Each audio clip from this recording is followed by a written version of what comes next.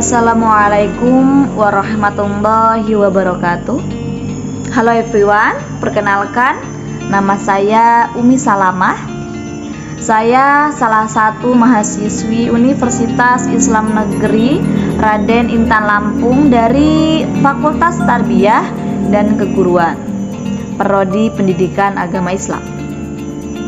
Di video kali ini saya akan menjelaskan 3 materi dari mata kuliah Bahasa Indonesia sebagai tugas ujian akhir semester saya. Materi yang akan saya coba jelaskan yaitu perkembangan sejarah bahasa Indonesia, kedudukan dan fungsi bahasa Indonesia, serta ragam bahasa Indonesia. Sebagai warga negara Indonesia, sebagai seseorang yang tinggal di Indonesia, sepatutnya dan sewajarnya kita mengetahui sejarah bahasa Indonesia maupun asal-usulnya. Seperti ungkapan Insinyur Soekarno, presiden pertama kita, yaitu jas merah, jangan lupakan sejarah. Sejarah perkembangan bahasa Indonesia. Berasal dari manakah bahasa yang sering kita gunakan ini? Dari mana sih bahasa sehari-hari yang sering kita gunakan untuk berbicara kepada lawan bicara kita? Jadi, bahasa Indonesia lahir pada 28 Oktober 1928 ketika para pemuda di pelosok Nusantara sedang melakukan rapat pemuda. Pada tanggal tersebut yang kita sebut Sumpah Pemuda, para pemuda berikrar. Ikrar yang ketiga berbunyi, kami putra-putri Indonesia menjunjung bahasa persatuan, bahasa Indonesia. Para pemuda menyatakan tekad bahwa bahasa Indonesia merupakan bahasa persatuan bangsa Indonesia. Berdasarkan keputusan Kongres Bahasa Indonesia II tahun 1954 di Medan, antara lain menyatakan bahwa berdasarkan sejarah, bahasa Indonesia berasal dari bahasa Melayu. Bahasa Indonesia tumbuh dan berkembang dari bahasa Melayu yang digunakan sebagai bahasa penghubung di seluruh Asia Tenggara. Jadi bukan hanya di Nusantara, tapi sudah di Asia Tenggara. Bahasa Melayu mulai menyerap kosakata dari berbagai bahasa seperti bahasa Sanskerta, bahasa Persia, bahasa Arab, dan bahasa-bahasa Eropa lainnya. Berbagai dialek mulai bermunculan dari bahasa Melayu. Timbullah rasa persaudaraan dan rasa persatuan bangsa Indonesia yang menginspirasi para pemuda tersebut pada tahun 1928. Untuk tetap menjaga eksistensi bahasa Indonesia saat ini, telah diadakan 10 kali Kongres Bahasa Indonesia yang bertujuan untuk memelihara dan menjaga eksistensi bahasa Indonesia di dalam perkembangan modernisasi dan globalisasi yang terus berkembang semakin majunya zaman. Pada Kongres Bahasa Indonesia ke-8 pada tanggal 14 sampai 17 Oktober 2003 di Jakarta, menetapkan bahwa bulan Oktober dijadikan bulan bahasa. Bulan Oktober kemarin merupakan bulan bahasa dengan agenda berlangsungnya seminar bahasa Indonesia di berbagai lembaga yang memang memperhatikan bahasa Indonesia. Seperti yang kita ketahui, 30 Oktober 2021 kemarin, Presiden Prancis Emmanuel Macron menggunakan bahasa Indonesia dalam cuitan di sosial medianya bersamaan dengan foto bersama presiden kita saat ini, yaitu Bapak Jokowi. Kita sepatutnya sebagai warga negara Indonesia harus bangga dan terus menjaga eksistensi bahasa Indonesia dan selalu menggunakan bahasa Indonesia dengan baik dan benar sesuai tempatnya. Materi selanjutnya ada kedudukan bahasa Indonesia. Bahasa Indonesia ini memiliki kedudukan ya pastinya, dan ada pertanyaan nih, pada tanggal berapa sih ditetapkannya kedudukan bahasa Indonesia? Jadi, kedudukan bahasa Indonesia ditetapkan kedudukannya pada tanggal 18 Agustus 1945. Apakah ada sebab kedudukan bahasa Indonesia ditetapkan pada tanggal tersebut? Pastinya ada. Jadi, pada tanggal 18 Agustus 1945, Undang-Undang Dasar ditetapkan sebagai Undang-Undang Dasar Negara Republik Indonesia. Seperti isi pada Undang-Undang 1945 Bab 15 ayat 36, yaitu bahasa Indonesia adalah bahasa negara. Nah, sudah saya jelaskan. Sekarang kita sudah menjadi tahu nih apa saja kedudukan bahasa Indonesia. Selanjutnya ada fungsi bahasa Indonesia. Apa sih fungsi bahasa Indonesia? Fungsi bahasa Indonesia ialah sebagai alat komunikasi atau cara seseorang mengungkapkan perasaan, gambaran, maksud, gagasan, juga sebagai lambang kebanggaan kebangsaan, identitas nasional, alat perhubungan antara warga, entah itu daerah dan antar budaya, serta alat pemersatu suku, budaya, bahasa di Nusantara.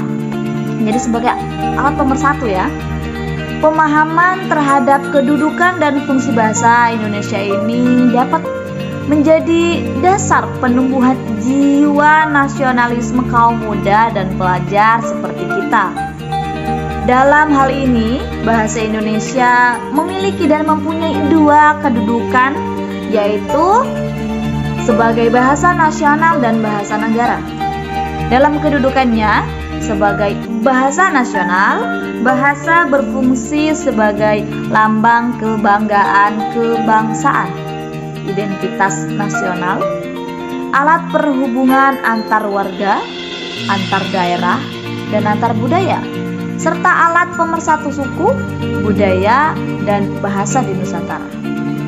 Sedangkan dalam konteks kedudukannya sebagai bahasa pemersatu negara bahasa Indonesia, bahasa Indonesia berfungsi sebagai bahasa resmi kenegaraan, bahasa pengantar pendidikan ya, ketika guru menyampaikan pelajaran, bahasa sebagai alat perhubungan tingkat nasional dan alat pengembangan kebudayaan, ilmu pengetahuan, bahkan teknologi.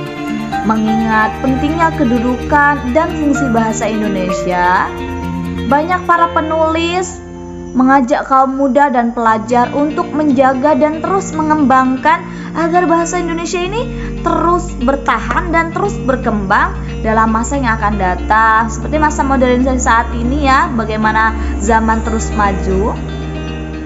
Dan yang terakhir dalam penjelasan saya ada yang namanya ragam bahasa atau variasi bahasa. Apa ragam bahasa itu?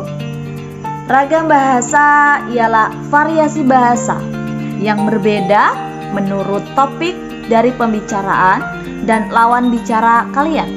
Dan untuk apa sih ragam bahasa ini? Gunanya ragam bahasa yaitu untuk mempermudah kita berkomunikasi dengan lawan bicara kita atau dengan seseorang yang sedang berbicara kepada kita.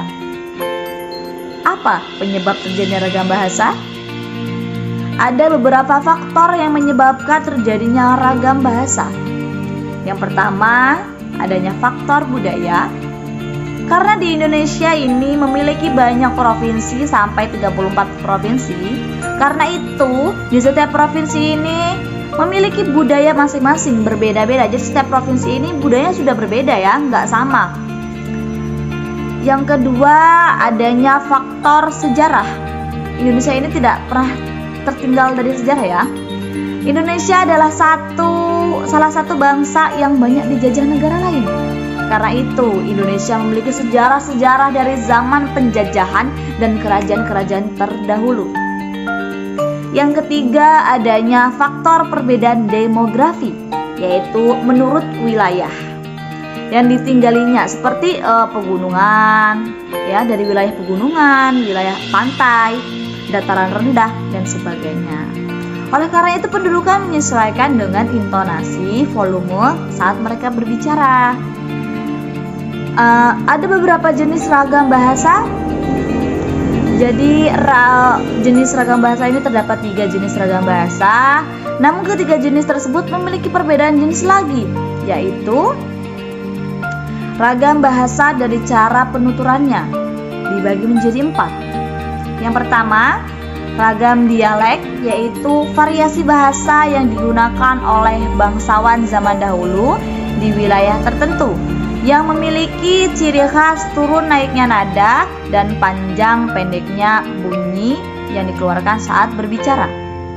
Dan yang kedua, ragam terpelajar, yaitu perbedaan bahasa yang digunakan oleh orang yang berpendidikan dan orang yang tidak berpendidikan dengan ciri yang ditimbulkan dari pelafalan katanya. Kata-katanya itu ya, pelafalan katanya. Yang ketiga, ragam resmi. Digunakan saat situasi resmi seperti rapat dan pertemuan ya, pastinya ya sudah jelas karena ini resmi. Yang keempat, yang terakhir ini ya, ada ragam tak resmi. Digunakan saat situasi tidak resmi seperti pergaulan dan percakapan pribadi ya, ketika kita berbicara dengan teman, ngobrol, curhat. Ragam bahasa dari cara komunikasi dibagi menjadi 2, yaitu yang pertama ragam lisan, ragam bahasa yang menggunakan alat ucap ya, yaitu mulut kita ketika kita berbicara dengan lawan jenis ya, lawan bicara ya. Yang kedua ada ragam tulis, ragam bahasa yang dihasilkan dari tulisan sebagai unsur dasarnya, seperti kita ingin mengirim surat ya, entah itu kita akan melamar pekerjaan bisa. Ragam bahasa dari topik pembicaraan dibagi menjadi 5, yaitu yang pertama ragam sosial, ragam bahasa yang berdasarkan kesepakatan bersama di lingkungan sosial. Jadi ini memang udah sepakat ya di lingkungan sosialnya.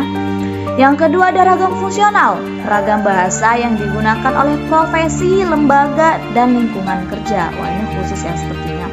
Dan yang ketiga ragam jurnalistik, ragam bahasa yang digunakan oleh lingkup surat kabaran. Ini udah berbentuk surat. Dan yang keempat ragam sastra, ragam bahasa yang digunakan untuk penyampaian emosi dan pikiran. Dan yang kelima, yang terakhir ragam politik dan hukum, ragam bahasa yang berisi kebijakan dalam rangka menata dan mengatur masyarakat. Jadi ini siang untuk mengatur masyarakat yang susah dibilang ya, nggak disiplin. Jadi wajar saja ya jika Indonesia ini masuk ke peringkat 2 sebagai negara yang memiliki bahasa terbanyak setelah Papua Nugini. Karena bahasa yang ada di Indonesia berjumlah sekitar 718 bahasa. Kita harus bangga nih jadi warga negara Indonesia. Mari sebagai generasi muda kita harus selalu menjunjung tinggi persatuan bahasa Indonesia. Salah satunya apa? Ya, salah satunya dengan cara menggunakan bahasa Indonesia dengan baik dan benar sesuai dengan tempatnya, dan selalu mempersatukan bangsa kita ini dengan bahasa Indonesia ini ya, bahasa negara, bahasa nasional, bahasa yang memang sudah diakui. Sekian penjelasan materi dari saya hari ini. Sampai ketemu di lain waktu. Terima kasih. Semoga apa yang saya sampaikan bisa bermanfaat untuk yang mendengarkan. Sekian dari saya, pokoknya terima kasih banyak. Saya akhiri. Wassalamualaikum warahmatullahi wabarakatuh. See you next time guys. Bye.